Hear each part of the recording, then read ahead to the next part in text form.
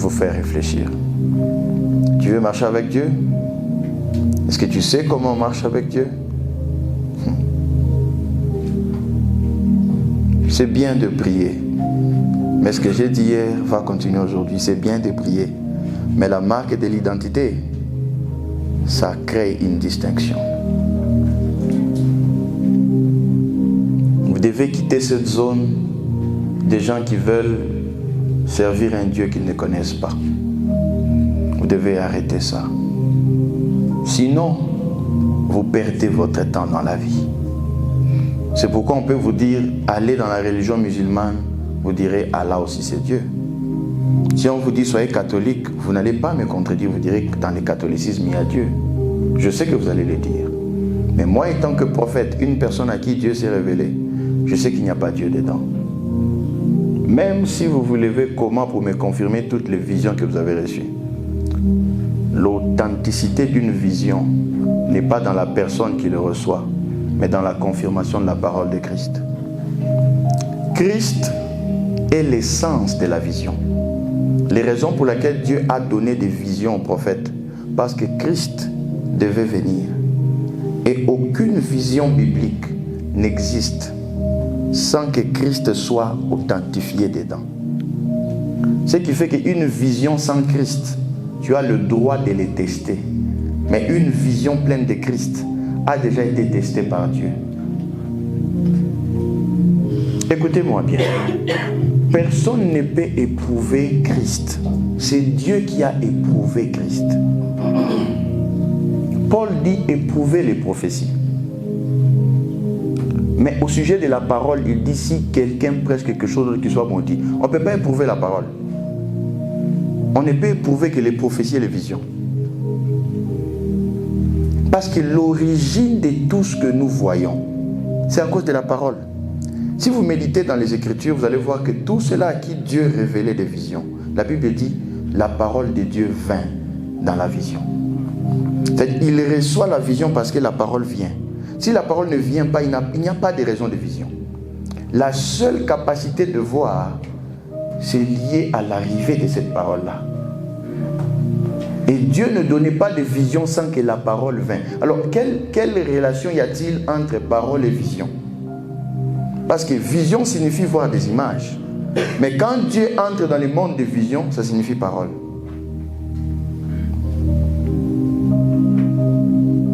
Et la parole a déjà été éprouvée. Nous sommes dans une époque où les visions vont plus égarer les gens que tout.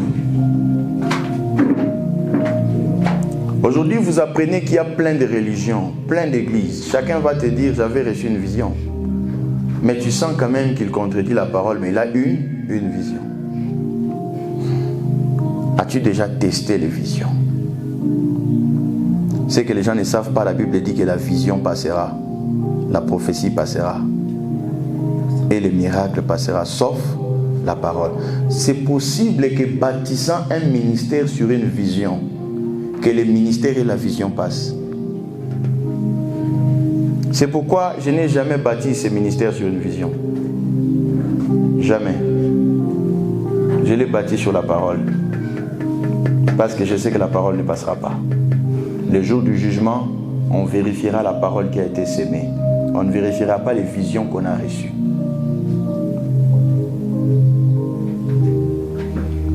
Mais il y a plein d'endroits où tu vas, tu te concentres uniquement sur les visions.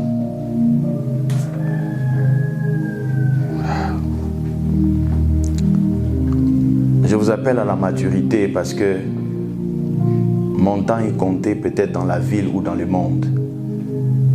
Mais comme je l'ai dit, il faut que je libère tout le message qui m'a été donné. Pour qu'au moins demain les gens se réfèrent.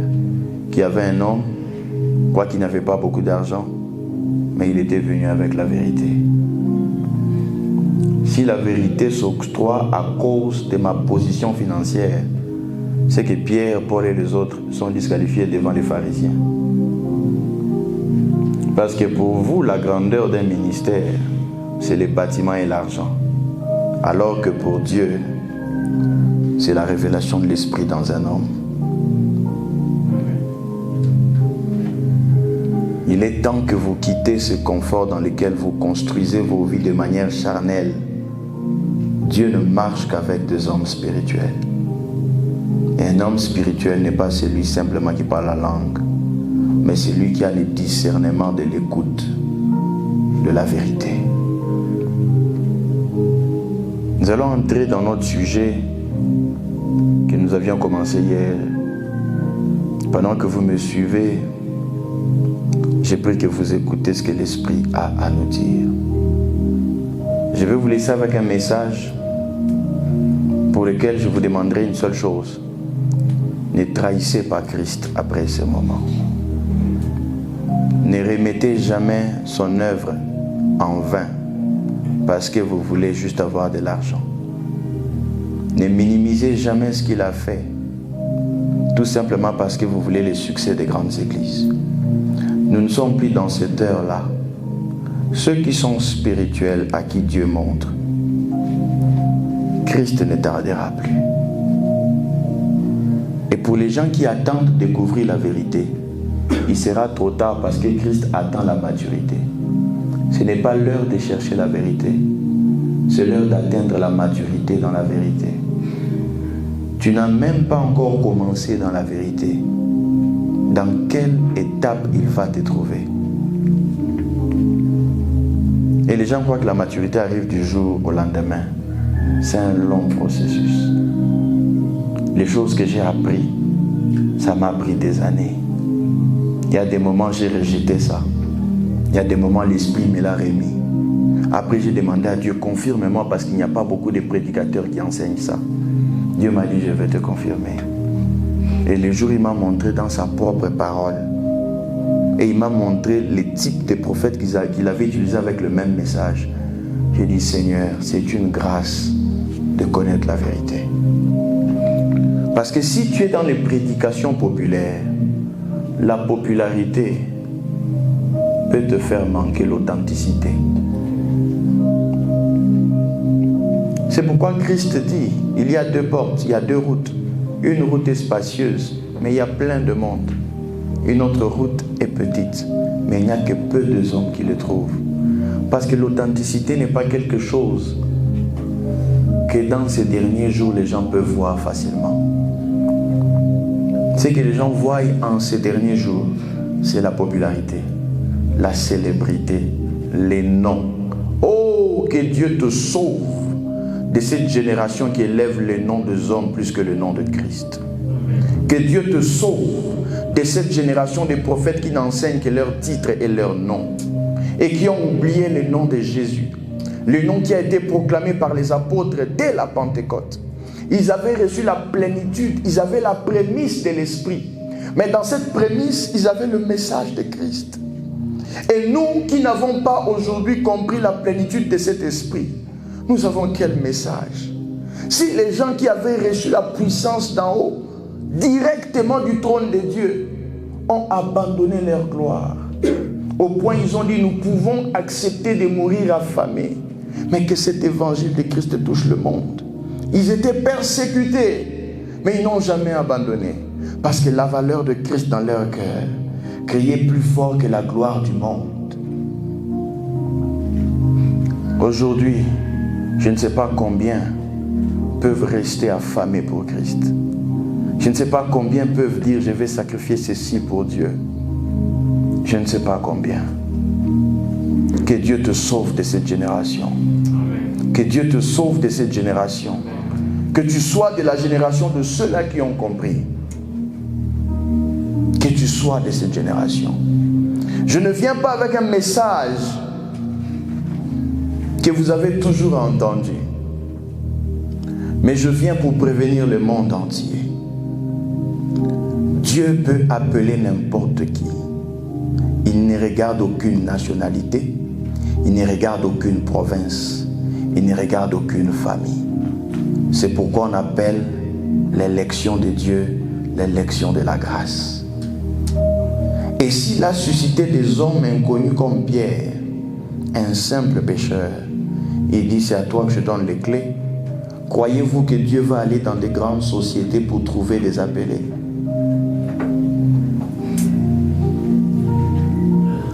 savez où est Dieu? La seule chose qui a fait manquer Dieu aux pharisiens, c'est parce qu'il était dans le corps de Jésus. Un corps d'un charpentier. Nous connaissons où il a grandi. Nous connaissons son père et sa mère. Nous avons son histoire. Qu'est-ce qu'il a en lui? C'est pourquoi le monde ratera. Car il regarde encore le physique pour des choses que Dieu a cachées. Dieu ne va jamais exposer qui il est. Il utilisera toujours des contenus faibles. C'est cet homme-là que toi tu vas négliger. C'est à lui que Dieu avait amené les dépôts. Parce que si Dieu doit utiliser des gens qui sont influents, le monde va croire facilement. Pourquoi le monde ne croit pas? C'est à cause du contenu. Quand Dieu regarde, le contenant est faible. C'est pourquoi Paul dit, nous qui sommes comme des vases d'argile, c'est à nous qu'il a reposé cette puissance. Quand tu nous regardes, nous sommes faibles.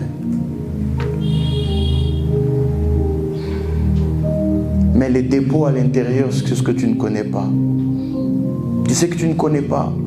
Tellement que tu aimes la séduction du monde, tu rateras Dieu de cette manière. Tellement que tu aimes des grands bâtiments, tu ne feras même pas attention si Dieu t'a déjà construit. L'Église n'est pas appelée pour bâtir des bâtiments, il est appelé pour bâtir le corps de Christ. Il est appelé pour amener à la maturité l'homme que tu es. Tu es un esprit. Il y a longtemps que tu as cessé d'être qui tu étais. Il y a longtemps. Mais jusqu'aujourd'hui même, c'est que tu es nouveau en Christ. Tu ne le connais même pas. Tu es étonné d'apprendre que tu as été délivré de la malédiction. C'est hier peut-être que tu as appris ça. Mais Jésus est mort depuis plus de 2000 ans. Mais toi, tu apprends ça hier. Mais à cause de l'appétit du monde, je sais que tu vas encore aller dans un autre grand bâtiment. Tu diras, Jésus, je t'aime, mais j'aime la gloire. Que Dieu te sauve de cette génération. Que Dieu te sauve de cette génération. Je parle comme un prophète. À moins que le monde n'écoute pas ce message, Dieu jugera ce monde sur base de ce message. Pour certains, ils diront, il s'appelle le prophète Salomon, il vient de Kinshasa, il était à Bujumbura. Mais pour moi, je sais qu'il m'a appelé dès mon jeune âge. Je ne me suis jamais choisi.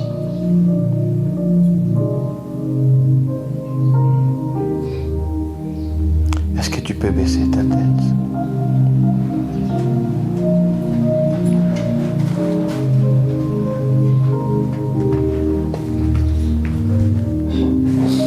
Ah, Seigneur, aide ton peuple. Aide-le à découvrir la vérité. Je sais qu'ils ne comprennent pas tous, mais je t'en supplie. Tu n'es pas mort en vain. Tu as fait un travail. Ce n'est pas vers moi qu'il doit venir, mais vers toi. J'ai besoin qu'ils connaissent que tu es réel. J'ai besoin qu'ils comprennent la valeur de ta vie en eux. Quelqu'un peut dire, Jésus, viens. Tu peux l'inviter, dis-lui, viens. Ah, j'ai besoin de toi. J'ai besoin de toi. J'ai besoin de toi, Seigneur. J'ai besoin de toi, Jésus. Où est-ce que je serai sans toi? Ce peuple aujourd'hui entend cette voix. Mais je sais que c'est ta voix qui parle. Ah, je sais que c'est ta voix qui parle. Nous avons juste besoin de toi. Nous avons juste besoin de toi. Fais-nous grâce, Seigneur. Beaucoup qui sont ici sont affligés, sont fatigués. Ils se demandent où est Dieu. Mais je sais que Dieu est vivant. Je sais que tu es mort et ressuscité. Je sais que tu vis encore. Et je sais que c'est ton œuvre à la croix qui exprime tout l'amour que tu as pour nous. Sauve-nous de cette génération. Cette génération qui est en train d'emporter là où la gloire du monde commence à enlever l'amour de Dieu. Là où la gloire des titres commence à faire oublier ton nom. Les gens cherchent plus de prophètes et de dadis que de te connaître toi, le véritable Dieu. Les gens mettent de côté ta parole et l'évangile parce qu'ils ont juste besoin d'un miracle. Nous ne voulons pas être de la génération d'Israël qui a marché dans le désert pendant 40 ans. 40 ans, Seigneur, ils ont vu le miracle. Mais ils ne sont jamais entrés à Canaan parce qu'ils n'ont jamais cru à ta parole. Pour eux, c'était juste le miracle, juste le miracle. Mais personne ne voulait te connaître vraiment, personne. Personne. Pourquoi cette génération ne veut pas te connaître? Pourquoi cette génération ignore ta connaissance, Jésus? Et pourtant tu es venu vers nous pour nous montrer qui tu étais. Que pouvons-nous faire? Merci pour cet amour que tu as manifesté. Merci pour cet amour. Que le ciel t'entende. Que le ciel t'entende aujourd'hui. La voix de Dieu s'exprime encore aujourd'hui. Alléluia. Merci Seigneur Jésus pour toi. Merci pour tout Seigneur. Merci Seigneur.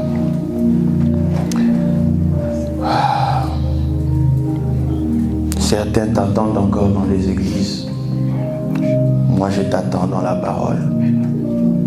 Certains t'attendent encore dans les dénominations. Moi je t'attends dans la parole. Je sais que tu m'as donné ton esprit et tu t'es livré pour moi. Je veux vous dire honnêtement, je ne pense pas que je serai prêché aujourd'hui.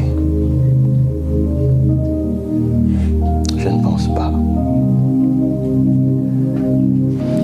J'ai peur pour les âmes. J'ai peur. J'ai peur qu'il y a des gens qui ne nous écoutent pas. Parce qu'ils ignorent la voix de Dieu.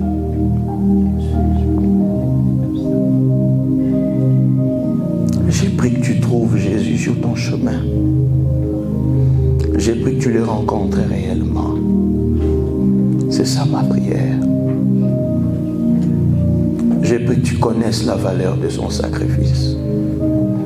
C'est ça ma prière. C'est ça ma prière. Que l'esprit et l'épouse disent, viens. Ils ont un ardent désir de voir l'époux. Alors qu'ils sont encore sur terre, ils n'ont que la soif de voir l'époux. Ils lui disent, tu tardes, nous avons besoin de toi.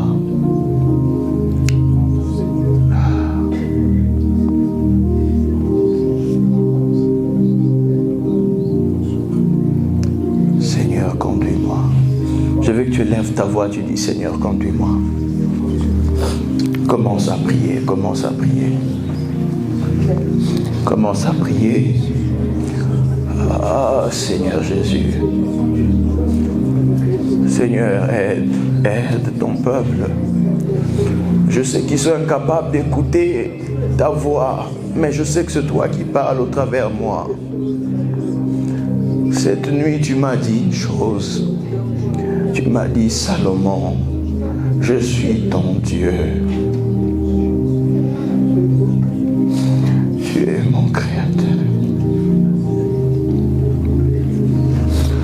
Ah Seigneur, élève au milieu de ce peuple des gens qui seront comme Jean-Baptiste, des gens qui vont savoir pointer vers l'agneau de Dieu, des gens qui vont savoir que leur mission n'est pas d'élever leur titre, des gens qui vont comprendre que leur mission n'est pas d'élever leur propre gloire, mais des gens qui vont comprendre qu'ils sont là pour Jésus. Seigneur, je suis venu avec un message de la part de Dieu. Et je veux que le monde sache que réellement il revient bientôt. Si vous pensez que Jésus c'est une fable, ou c'est juste un ensemble de doctrines, vous vous trompez. Christ est une personne. Et l'heure arrive où les gens l'entendront visiblement. Audiblement, ils entendront. Sauve encore l'Église, Seigneur. Ce que je demande, c'est que tu sauves. J'ai pris que Dieu fasse de toi une voix dans ces derniers jours. Que tu sois une voix pour le Christ. Que les témoignages de sa personne dans ta vie soient un témoignage vivant des choses que tu as vues et rencontrées. Est-ce qu'il y a quelqu'un qui a soif du Seigneur Jésus aujourd'hui? Est-ce que tu as besoin de sa réalité? Je l'entends me dire, Salomon, le travail que je veux faire aujourd'hui, c'est de conduire mon peuple à la réalité de qui je suis. Il est temps que tu saches sa réalité. Tu ne vas plus servir un Dieu abstrait. Il s'est rendu physique pour que tu le vives sur le plan physique, pour que tu le connaisses même dans ton corps et dans ton esprit, et que tu saches qu'il est véritable. Est-ce que tu as soif de lui? Est-ce que tu as besoin d'une rencontre avec lui? S'il y a des choses qui n'ont jamais changé dans ta vie, je viens te présenter Jésus-Christ aujourd'hui. Je ne suis pas venu te présenter des titres de prophète. Mon titre n'est rien. Mon nom n'est rien. Il n'y a qu'un seul nom qui a été donné dans les cieux, sur la terre et sous la terre, c'est le nom de Jésus.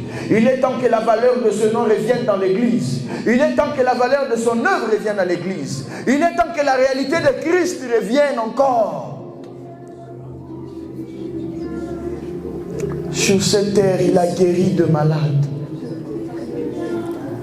Les boiteux ont marché à cause de l'expression de son amour. Il n'est pas venu bâtir nos églises. Il n'est pas venu bâtir nos communautés. Il est venu bâtir son église. Il dit à Pierre, c'est sur toi que j'ai bâti mon église. Il ne bâtit pas l'église de Pierre. Pierre n'a aucun droit de réclamer cette église. C'est Christ qui réclame son église. Ce n'est pas un homme. À quoi va servir de prêcher tous les jours les titres des prophètes, les noms des prophètes, l'astrologie, la démonologie? Rien de ces choses n'est plus grand que le nom de Jésus. Dans les cieux, sur la terre, Jean pleurait, il demandait, il n'y a aucun homme qui peut sortir pour ouvrir les livres. Et pendant qu'il pleurait, un ancien vient dire, il y a un homme que les gens ne connaissent pas. L'agneau de Dieu.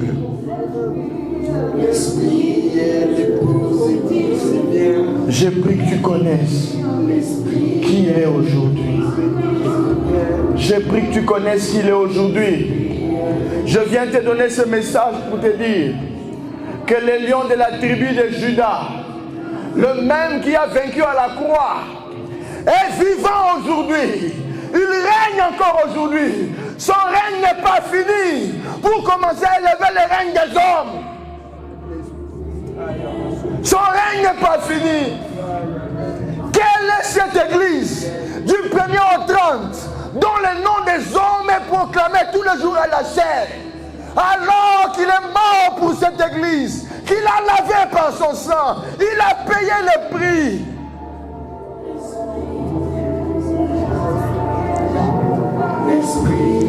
Que le Seigneur vous parle. J'ai pris que dans ton cœur, Jésus revienne réellement. Tu ne bâtiras pas un ministère parce que tu as besoin de ton nom et de la popularité. Tu ne dois pas bâtir ton ministère parce que tu as besoin de la célébrité.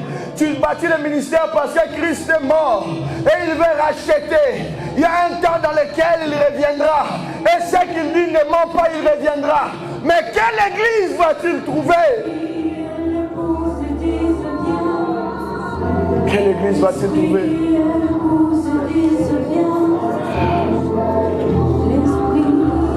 Merci Seigneur.